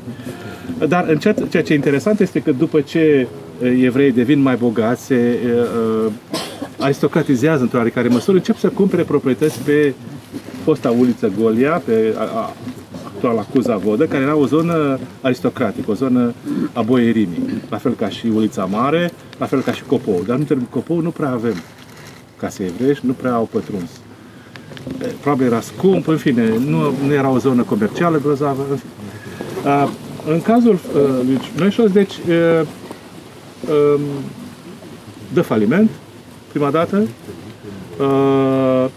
deschide acel magazin undeva, repet, în zona uliței Mari, în zona Curții Domnești, în care de faliment, împreună cu soția lui. E posibil ca soția lui să fie avut bani inițial, pentru că sunt unele surse care sugerează asta. Revine, face contabilitate și apoi intră în ceea ce numim noi astăzi domeniul bancar, ce era atunci. Dă camătă, și cu asta face avere, devine un personaj important, devine creditorul Curții Domnești al lui Mihail Sturza, care era însuși un om bogat, cu siguranță cel mai bogat din Moldova, dar care nu avea lichidități. Îl creditează cu o sumă enormă de bani, am spus 600.000 de galbeni, dacă nu am bine. Și apoi, în anii 50, devine figura cea mai importantă a Iașului, întreține o școală, participă la acțiuni filantropice, inclusiv față de români. Este un personaj popular, ca să spunem, popular, este, cred că, primul evreu care, să spunem, sparge granițele comunității. Și încerc să spun asta ca să arăt că de la el ne-au rămas acel monument arhitectural foarte interesant, care uneori îl ignorăm, ceea ce e acum Hotelul Select, care nu a fost reabilitat chiar bine, dar nici foarte rău, adică în raport cu Continentalul de vis-a-vis e mult mai bine. Continentalul e o catastrofă, nu mai e deloc ce a fost. El a fost ridicat la sfârșitul anilor 60, între 63 și 67, deci imediat după ce administrația centrală pleacă la București. El este unul din evrei care rămân aici. Aș vrea să subliniez asta. Intră în afaceri de asigurări cu români, cu cozadinii, devine o figură importantă și contribuie enorm la, aș zice, repet, ceea ce spuneam și mai înainte, la menținerea activității și la renașterea practică a Iașului după 1860. Moare în 1883, nu este, în ciuda meritelor lui, nu este împământenit. De aceea cred că părinții lui vin de undeva din Galiția și nu erau pământeni. De ce? Ce se întâmpla? Când veneau aici, a fost unul dintre motive pentru care ei au imigrat aici. Primeau statut, sau mai bine spus, își păstrau statutul de străini, se numesc sudiți. Adică erau în sub jurisdicția consulară a consulilor străini de aici. Erau niște tratate încheiate de poarta cu marile puteri, încă din secolul XVIII, potrivit cărora negustorii special, dar cetățenii unor state, de exemplu, Austria, Franța, Prusia, Marea Britanie, Rusia, da, sigur, Rusia, Sardinia, aveau un statut special. În primul rând, nu puteau fi judecați de tribunalele românești, nici nu prea erau atunci, să fie vorba, de curte. Nu putea fi potrivit dreptului de aici, local, nu plăteau impozite și asta era lucrul cel mai important, dar ambele erau importante. Și se aflau sub protecția consulilor străini în chestiuni legate de administrație și gândiți-vă că și atunci asta era întotdeauna o mare problemă. Din acest punct de vedere, de altminteri, erau antipatizați de negustorii locali. Și de altminteri, toți negustorii locali încercau să-și cumpere, așa că era o mare afacere, să-și cumpere protecția unor, inclusiv a grecii. De exemplu, mulți greci, după 1830, de fapt, când apare statul grec, își cumpără protecția statului grec. Și nu mai plătesc impozite, pentru că statul român era o mare problemă, nu statul român, statul moldovean. Moldova de atunci, pentru Principat, era o mare problemă. Era o mare problemă și pentru negustorii locali, pentru că erau concurență profund neloială. Dar pentru acești negustori era foarte important și asta a asigurat într-un fel stabilitate. Pe termen lung a fost un lucru mai curând pozitiv, de asta nu, chiar dacă nu asta nu ne place. Ei s-au bucurat de acest statut. După obținerea independenței, statutul capitulaților statutul ăsta, nu al capitulației, statutul ăsta da, privilegiile s-a încheiat. Și atunci avea o problemă. Trebuiau să fie membri a să aibă un pașaport, să zic așa, nu? Plus că statul român începea să devină un stat și mulți au vrut să se împământenească. Pentru că în felul ăsta puteau să aibă proprietăți, multe avantaje și foarte bine. Dar împământenirea se făcea individual și de către Senat, prin votul Senatului, ceea ce era foarte complicat. Și au fost destul de puțini oameni care s-au împământenit. Noi și în ciuda protecției de care s-a bucurat din partea multor politicieni locali, n-a putut obține această împământenire. Nu prea cunosc detaliile, dar nu mă chiar miră. Poate nici nu și-a dorit. Nu și-a dorit, se știe. Poate din motivul ăsta nu prea urmașii lui n-au rămas aici, că nu prea mai avem succesori. Și oare practic, de ce avem un asemenea monument ridicat deasupra mormântului? Adică urmașii lui, obelisc, adică e o poveste nu seamănă cu nimic din ce am văzut. E o poveste, dar nu veți vedea că s-a petrecut ceva. Dacă vă uitați atent o să vedeți că pe de o parte în ce privește numele se românizează, dar mai apar ceva. Apar unele note, de exemplu fotografiile, care sunt interzise în ritualul ebraic. E a doua poruncă sau a treia poruncă, nu? Să nu-ți faci chip cioplit. Aici este vorba de altceva. Noișoț, ca un om care avea bani, în fine, și avea o anumită relaxare, a reprezentat un curent reformist în hasidism. De fapt, hasidismul în sine a fost, mai cu seamă prin Haskalah, a fost un curent reformist în interiorul tradiției iudaice. În primul rând, e un curent raționalist. Aici, arhitectura sugerează mai curând influența tradiției greco-latine decât... Da, exact, este o mutație care, să spun, poate părea așa simplu acum. Nu, dar e super, mi se pare. Dincolo de asta, aici e vorba de o miză religioasă, mistică, să spun. Da. Adică e o renunțare la tradiția orientală, da? Bazată în primul rând pe reprezentări florale, geometrice, da? În favoarea unei reprezentări, E ca și cum ți-ai asuma o referință europeană, raționalistă, pentru că gândirea greco-latină trimitea la gândirea raționalistă, la lumină, în primul rând, la iluminism. Hasidismul a fost iluminismul evreiesc. Alături aveți alături un monument care probabil cel mai interesant din acest cimitir, sau unul din cele mai interesante, la acest raport artistic, asupra care eu nu mă pot pronunța pentru că nu sunt. Nu știu cine e acest Bernard Taussig, n-am reușit să-l identific. A murit la 1898, dar uitați că e medic. Medic Taussig, da.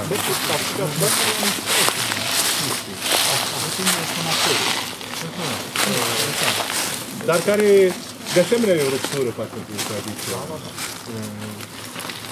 Dar nu să găsești multe influențe textile. Ce fi cred, normal. Oamenii trăiau împreună. Așa cum și la creștini deci găsi influențe, bine, tot ritualul de anumite bună parte, inclusiv cu cele 7 opriri care sunt, le găsești la țară, zici că sunt, multă lume spune că sunt precreștine, dar de fapt ele sunt de inspirație evreiască. Numele a fost românizat, Dr. Țaicu, cred că apare la noi. El e Țaicu. El e Țaicu, cred că așa derivă amestecul. Sanatoriu, celebrul sanatoriu. Am să caut, ar merita o atenție. Multe lucruri care ar merita și... Da. E o splendoare tot. Mă fascinează simplitatea, pentru că ei căutau simplitatea. La ortodoxi e multă opulență. Cei care au bani pot să-și arate faptul că au bani. Aici nu, aici e vorba de simplitate, mai curând de umilitate, Da, umilință. Da. Și valoarea artistică, mi se pare valoarea, nu știu cui o fi. Știi cine e autorul? Au fost câțiva Petrarch buni, austrieci special, Finder și italieni. Practic, italitatea e creată de italieni, da, în bună măsură. Toată. În momentul când au plecat italieni, în anii 50, totul s-a prăbușit. Haideți!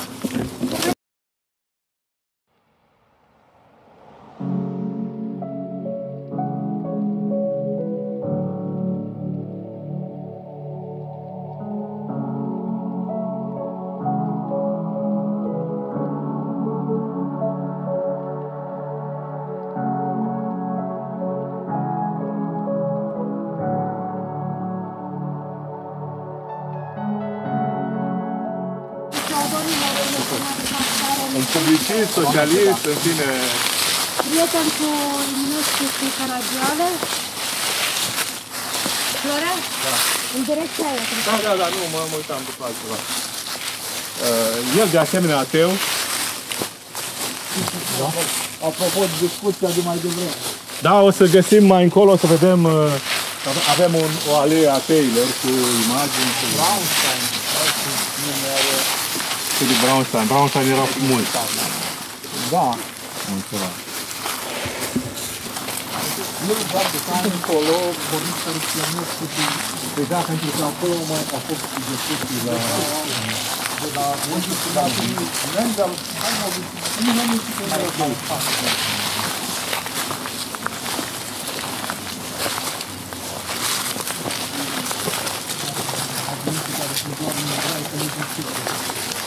de parte ebraică, de parte ebraică este asta obligatorie. Aici partea asta, da, corect. Haideți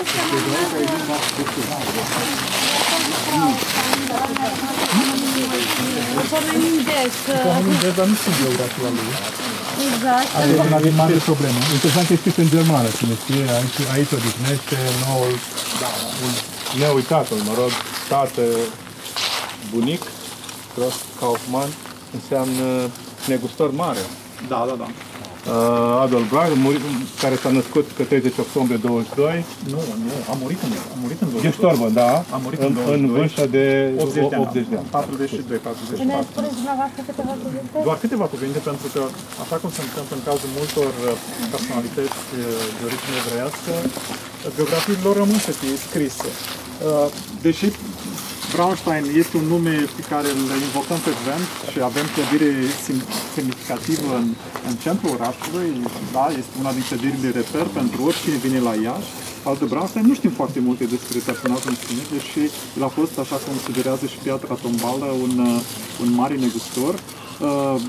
La Camera de Industrie și Comerț din Iași avem câteva din proprietățile lui care erau pe Ulița Mare, dar se pare că averea foarte mare a făcut-o de pe urma comerțului cu tutun.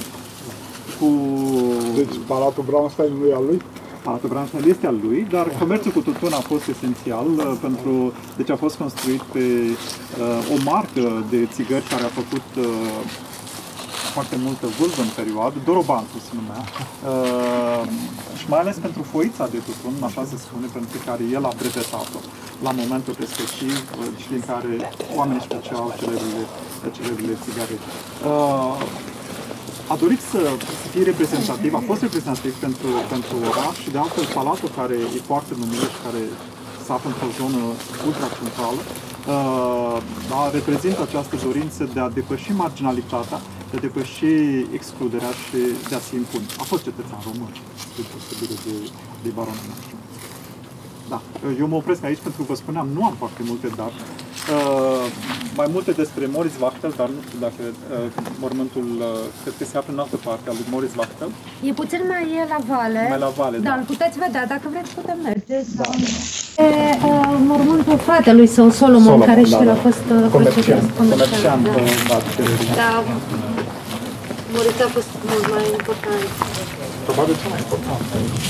Cel mai important personaj pe care l-a avut comunitatea evreiască în România.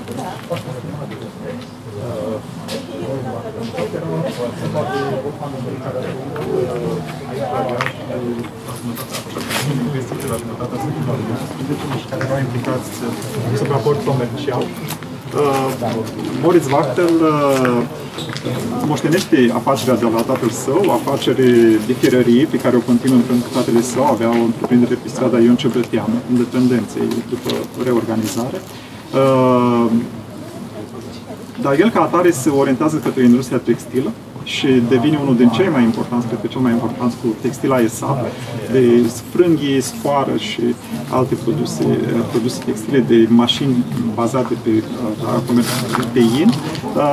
Însă ceea ce este foarte important este că se orientează către sistemul bancar, formează cea mai importantă bancă din zona aceasta, Banca Moldova, care este banca esențială pentru Iași în perioadă și de fapt pentru întreaga regiune. Moritz Wachtel este, și împreună cu soția lui Betty, este cunoscut pentru activitatea filantropică. Însă ceea ce este foarte important este că este cel mai stimat evreu de către comunitatea română. În perioadă, Iașiul a avut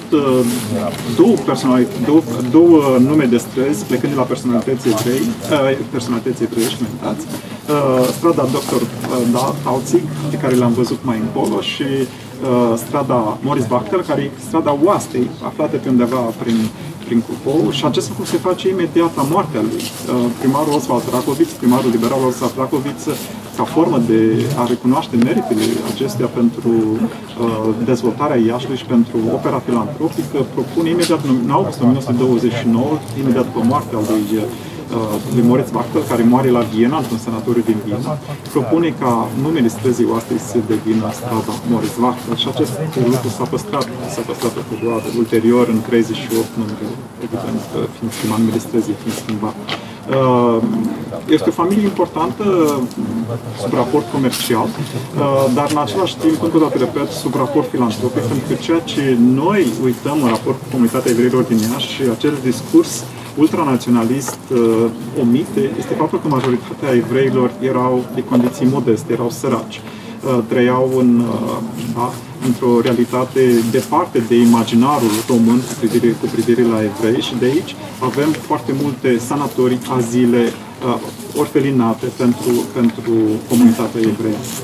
Deci, din punctul acesta de vedere, meritul lui Moritz Wachtel este enorm, atât sub raport educațional, cât și sub raport sanitar și, aș putea spune, comunitar, pentru că el, la un moment dat, ține comunitatea aceasta, mai ales în anii 20, când a trăit după 1900, în perioada interbelică, el susține această comunitate sub raport financiar. Da. Aici, Flora? Aici, în apropiere, este un mormânt important al unei personalități importante, Silvia Hoice, care inventa polidinul. Da. Și puțin mai este mormântul profesorului Ioan Gottlieb. Ambii au fost în lagăr, Gottlieb la Auschwitz și Silvia Hoice. O să ne vorbească puțin despre ei, Floren?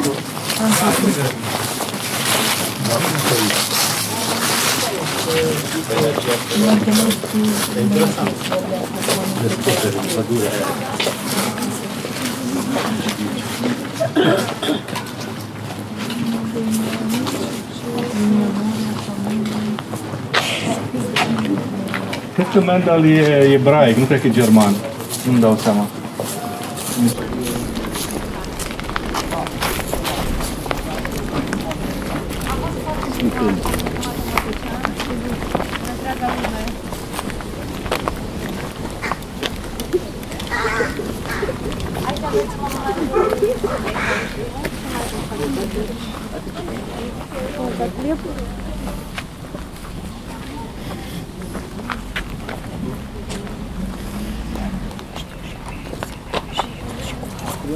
Contemporană este de mai mare prestigiu. Nu, mai mare.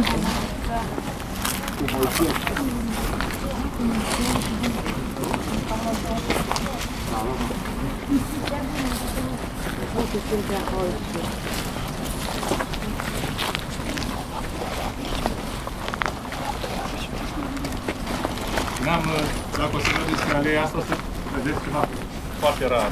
Sau nepotrivit, nu știu dacă nepotrivit, tot cazul neobișnuit în cimitirile evreiești, fotografii. Dar sunt și în partea cealaltă. Puține, tot noi. Da, mai noi. Da. Deci sunt noi, sunt anii 70, 50, rar, dar 70 mai exact. Pentru că e un public, oameni care probabil aveau convingeri de erau atei, secularizate.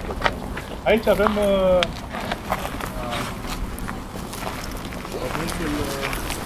Ioan Gottlieb,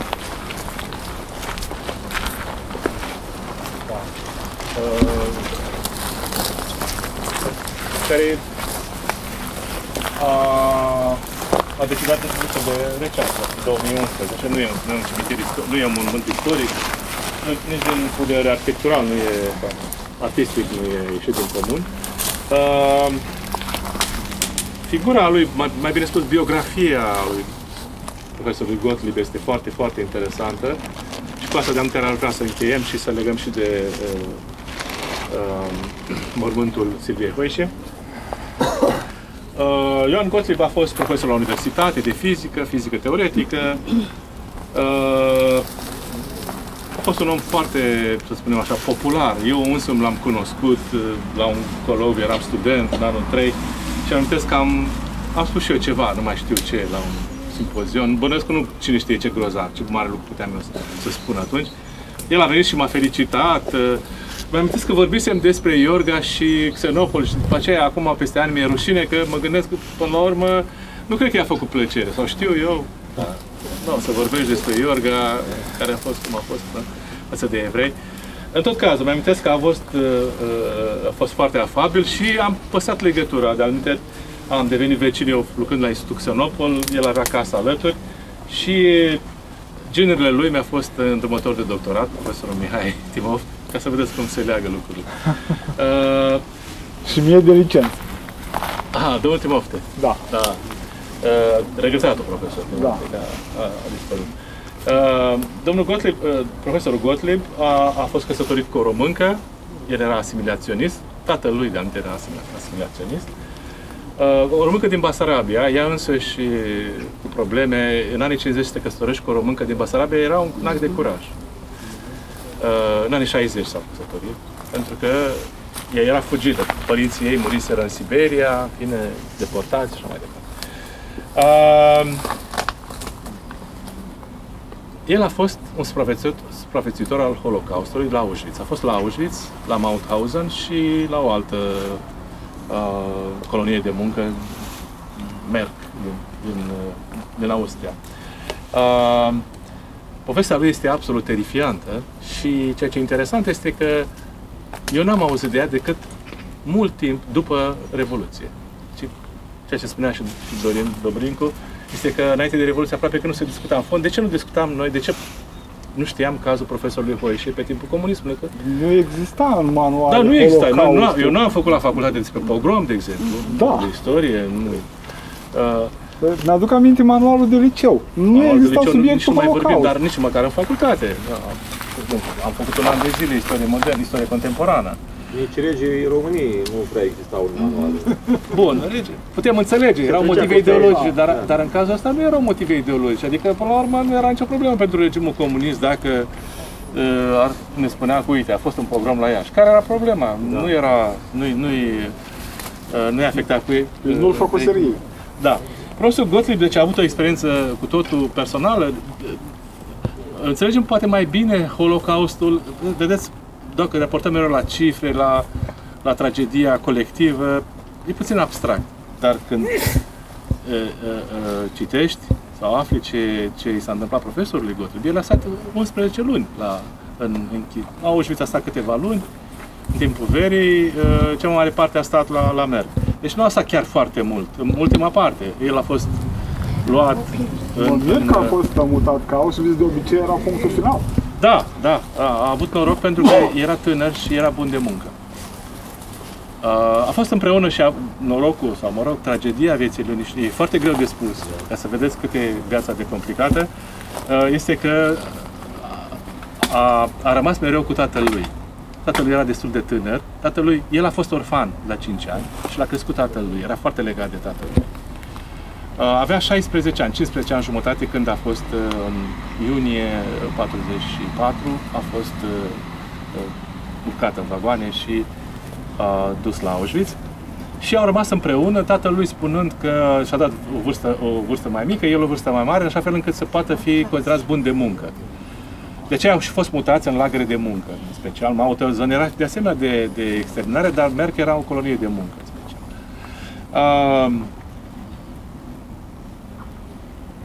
Acolo, la Merck, este luat în atenție de un psihopat, cum se spune, nenorocit, care îl abuzează sexual. Tatălui știe, au o discuție că cum e mai bine pentru că primea niște beneficii, putea supraviețui, mai dădea o bucată de pâine în plus, nu era cine știe ce mai beneficii. Și tatălui spune, mai bine să supraviețuiești. Dar evident că asta îl marca, că n-a putut suporta asta și a încercat să se sinucidă de mai multe ori. Numai că era greu de găsit o coardă bună. Și atunci, după mai multe eșecuri, în fine, el îi dă propria curea, care se întâmplă să fie bună. Și se sinucide cu propria lui curea băiatului, cu cureaua băiatului. Tatălui avea în jur de 40 și ceva pe acolo, nu era relativ tânăr, să spunem. Vă dați seama că el n-a putut suporta, nici până la moarte n-a putut suporta vinovăția, pentru că până la urmă a spus, aveam de ales între a vedea cum se chinuie sau a-l ajuta, a-l asista să moară. Această dramă, mai mult decât, sigur, și abuzul sexual, care nu e la vârsta, la 16 ani, nu e chiar simplu, nu? Avea 15 sau chiar 14 ani. 15 ani jumate când avea și la Merck avea 16 deja. Dar, așa spune el, da, se putea înșela și el. Această experiență personală este absolut copleșitoare și el n-a putut povesti decât spre sfârșitul vieții. Și în germană. O carte care a apărut. Și pe aceea a făcut vâlvă și la noi a fost tradusă. Și, alături deci, este Silvia Hoișe, mai sus, care de asemenea este supraviețuitoare a Holocaustului, de data în versiunea românească. Ea a stat vreo 3 ani, sau mai mult, în vara lui 41 până în primăvara lui 44, în diverse locuri în Transnistria. Ea a supraviețuit pentru că era tânără, avea 14 ani, sau 13 de fapt. a devenit medic. Cum știți, este considerată cea care a creat polidinul și alte vaccinuri, inclusiv a avut o contribuție pentru vaccinul holeric, care a fost produs de Institutul Cantacuzino prin anii 70.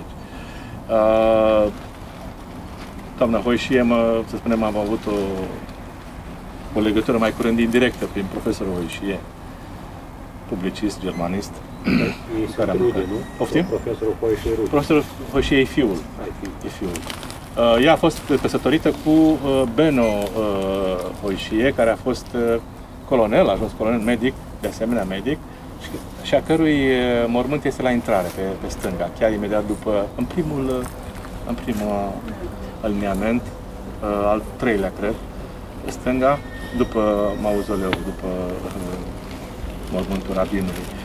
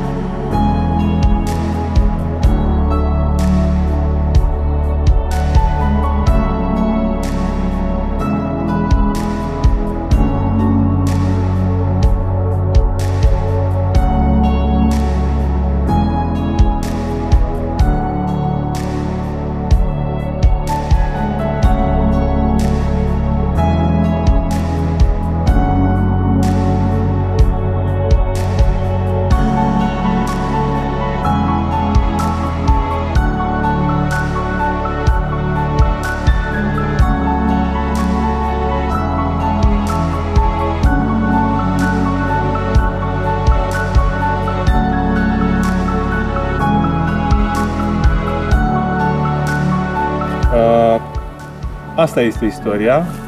Pare rău că încheiem trist, dar până la urmă suntem într-un cimitir. Și înainte de a muzeifica, noi de a trata, să spunem așa, ca niște turiști. În fond, noi suntem niște turiști în momentul ăsta, nu?